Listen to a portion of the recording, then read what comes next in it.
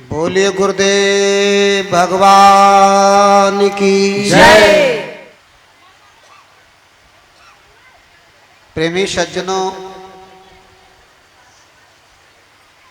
माताओं, बहनों, बच्चों, हमारे आपके बीच में रोज की तरह आज भी ये सत्संग पहुंच रहा है।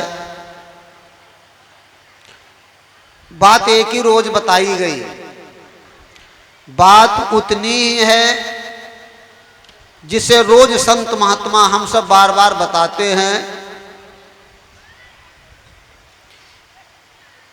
कि हमारे आपके जीवन में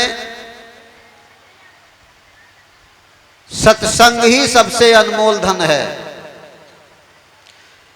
जितना समय हमारा आपका सत्संग में गुजरता है उससे ज्यादा और कोई कीमती समय नहीं है। यहां तक महान पुरुषों ने सत्संग के बारे में बताया, समझाया।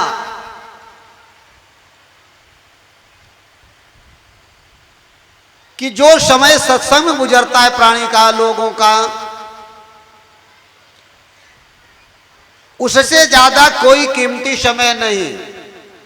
लेकिन ये कब पता लगेगा, ये जानेंगे हम आप कब? जिस दिन हम आपको इस समय का ज्ञान हो जाएगा। जब तक हमें समय का ज्ञान नहीं, संत महात्माओं की बात हमारे अंदर में पूर्णतया पहुंची नहीं, उतरी नहीं, तब तक हम आपको ये ज्ञान नहीं हो सकता। क्योंकि अब कबीर साहब संत थे, महापुरुष से समय के। उन्होंने तो इस सत्संग के समय को इतना बताया है कि अगर कोई प्राणी हजारों वर्ष तप करे, जप करे, साधना करे, और अगर भगवान उसे दया करके वैकुंठ में बुला ले, जैसे कथा में आता है, ध्रुव की कथा में, ध्रुव की कथा में सुनते हैं, ध्रुव 7 वर्ष की उम्र में जंगल को तपस्या करने गए।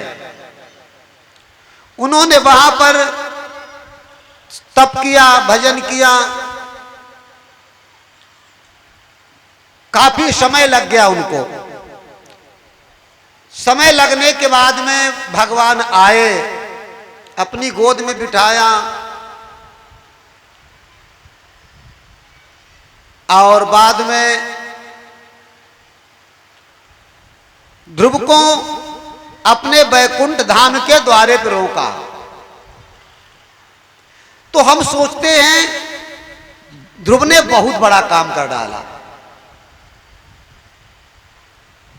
ध्रुव से ज्यादा भाग्यशाली कोई नहीं होगा, क्योंकि हम उन कथाओं को सुनकर पढ़कर यही समझ में आता है। लेकिन कबीर साहब ने क्या कहा? उन्होंने ये कहा ये बहुत छोटा काम है।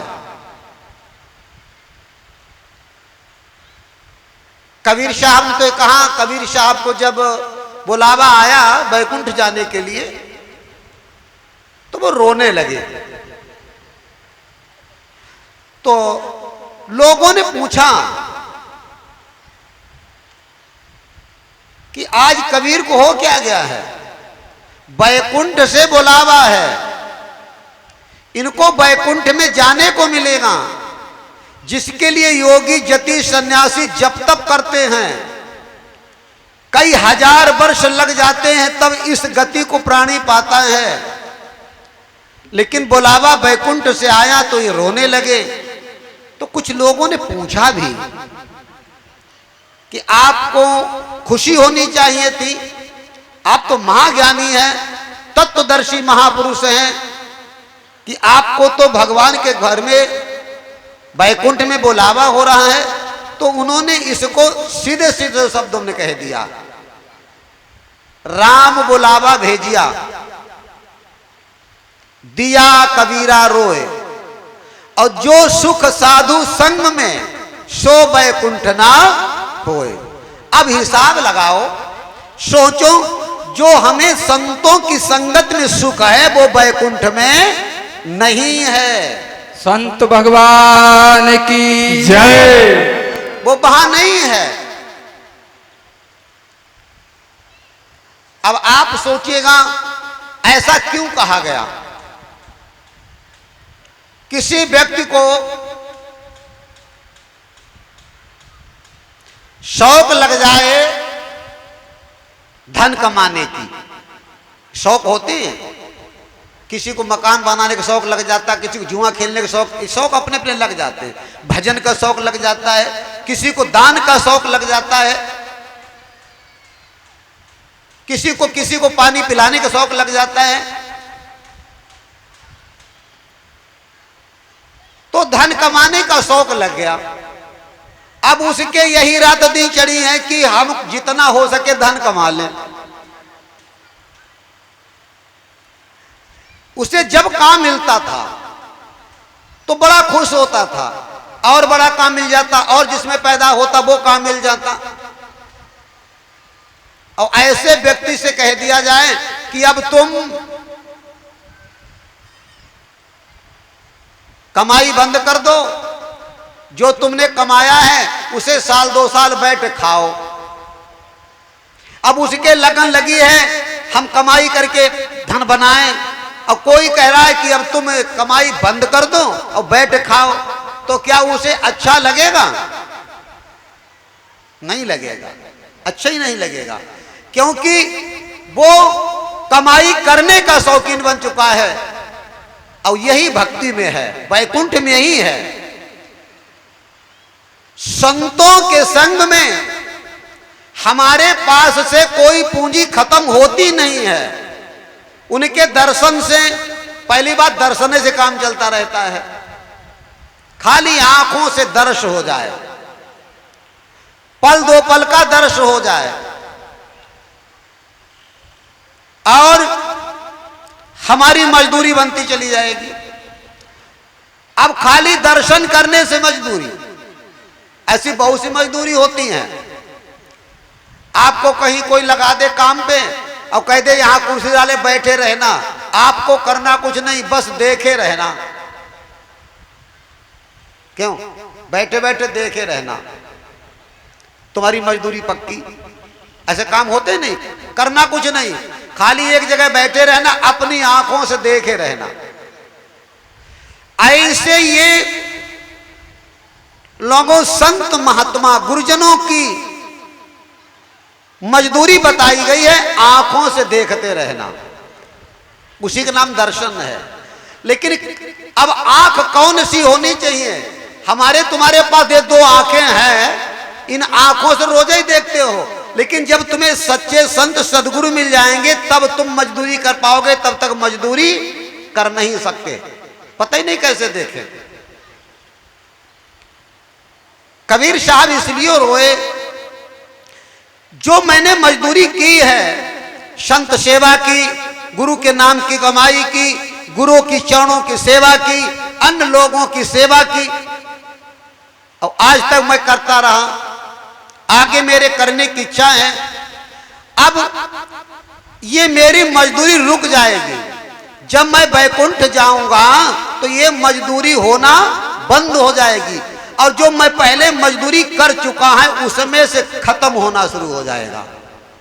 सुन लो बात, उसमें चुकना शुरू हो जाएगा कि वैकुंठ एक ऐसा जगह है, वैकुंठ में एक ऐसी जगह है जैसे आप टिकट कटा के सिनेमा देखने जाओ, जहां तुमने टिकट कटाया और जितने घंटे का टिकट कटा है तुमने पैसा तो लगा दिया और वहां समय जितना जितना आगे बढ़ता जाएगा तुम्हारा समय समाप्त एवं तुम्हारे पैसा खत्म होते जाएंगे। और जब पूरा समय खत्म हो गया तुमको बाह पकड़ के निकाल दिया जाएगा, निकाल दिया जाएगा। और अगर कोई व्यक्ति उसी सिनेमा में काम करना शुरू कर दे, उसी सिनेमा हॉल में काम करना शुरू कर दे, या उस मशीन को चलाना शुरू कर दे, तो अब वो रोज सिनेमा भी देखेगा और अपनी मजदूरी भी इकट्ठी करेगा।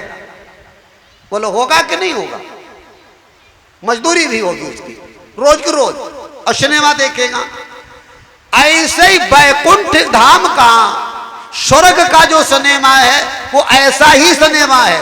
जो हमने कमाया वो वहां जाकर धीरे धीरे खत्म हो जाएगा, और खत्म होने के बाद फिर तुम्हें दुनिया में बिना पैसा के आना पड़ेगा। तुम्हारे पास कौड़ी नहीं रह जाएगी, फिर यहां कमाओ तब।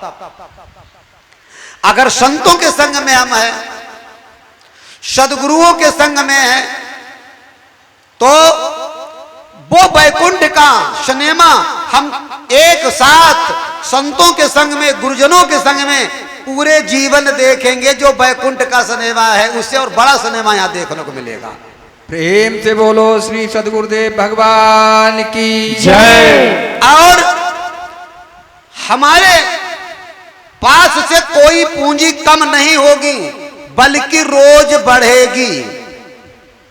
वो ऐसा धन ही है, घट सकता नहीं, क्योंकि गुरु महाराज के द्वारा जो नाम दान की जड़ी दी जाती है वो कभी घटती नहीं है, रोज बढ़ती है। और बढ़ते बढ़ते उसका बंद होना कभी है ही नहीं, और पूरा भक्ति का सिनेमा देखने को मिलेगा। इसीलिए कबीर साहब रोए कि अब हम बैकुंठ जा रहे हैं। दुनिया वाले सोच रहे कबीर के बड़े भाग्य खुल गए, लेकिन मुझे पता लगा आज हमारे एक बहुत बड़ा झटका लगने वाला है, क्योंकि हमारे गुरुजनों का दर्शन, संतों का दर्शन दूर होने वाला है। और वहां इतना फल नहीं मिलेगा जितना मुझे यहां थोड़ी देर में फल मिलता।